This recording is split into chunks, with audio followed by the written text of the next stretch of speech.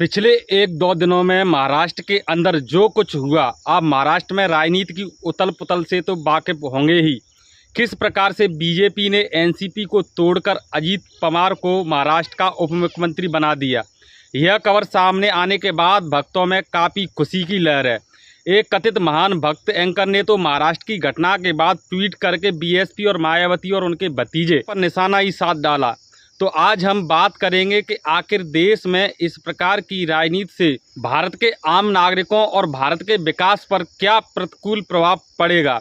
इस प्रकार की दल बदल की राजनीति कैसे इस देश के मूल निवासी बहुजन, दलित और अल्पसंख्यक की मूलभूत सुविधाओं, अधिकारों और इनकी तरक्की के रास्तों में बाधा बनी है। आज हम देख रहे हैं कि देश के आम नागरिकों के साथ छलावा हो रहा है। उन्हें उनकी ज़रूरत के मेन मुद्दों से भटकाया जा रहा है। देश में राजनीति के नाम पर इतनी नौटंकी हो रही है कि अब तो नौटंकी करने वालों का कैरियर भी खत्म हो चुका है।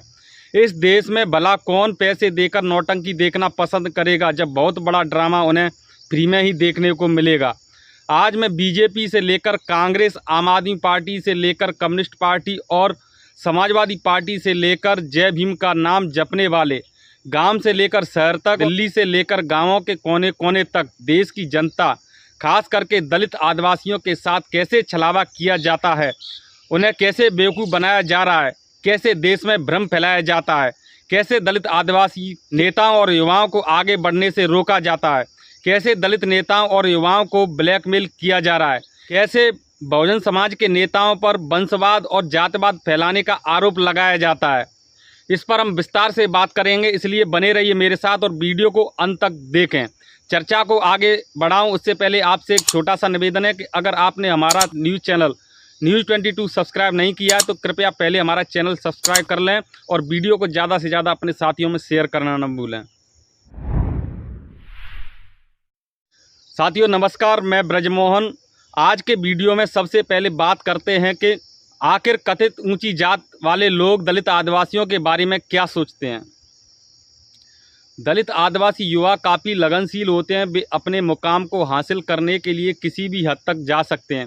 अपनी मंजिल तक पहुंचने की अगर ठान लें तो मंजिल और इनके बीच की कोई भी बाधा इन्हें नहीं रोक सकती है। दलित आदिवासियों के छात्र पढ़ने में काफ़ी अव्वल होते हैं। यह कम संसाधन में भी काफ़ी अच्छा प्रदर्शन करने की काबिलियत रखते हैं। यह अपने नेताओं के साथ निस्वार्थ जुड़ते हैं। यह अपने स्वाभिमान की खातिर जान देने से भी पीछे नहीं हटते। इनका मुकाबला हम सामने से नहीं कर सकते हैं। समय रहते ही इन्हें शिक्षा, रोजगार, व्यापार और राजनीति से रोकना बेहद ज़रूरी है, जो कि इनसे सामने से लड़कर ताकत के बल पर और डराकर तो बिल्कुल असंभव है।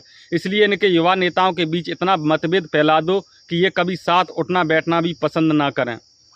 तो साथियों, ये तो हो गई वह बात कि आखिर कथित ऊंची जात वाले दलित आदिवासियों के बारे में क्या सोचते हैं, क्या राय रखते हैं और उनका उद्देश्य क्या है।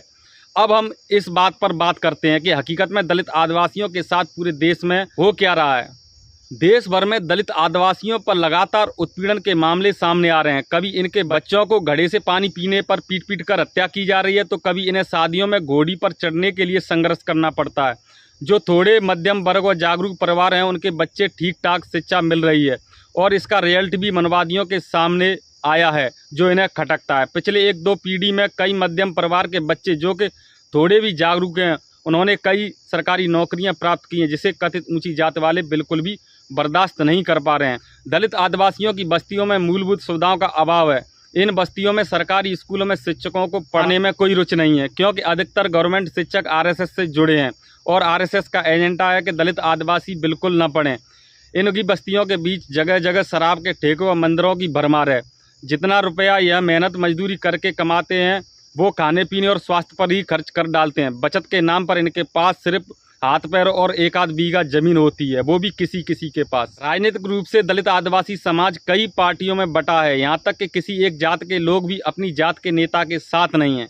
दलित आदिवासियों के युवाओं की राजनीति की शुरुआत ही अपनी जात के नेताओं को गाली देकर होती है। समाज सुधार के नाम पर इस समाज के नेता केवल फिजूल खर्चों और शराबबंदी को ही बड़ा तीर मारना समझते हैं।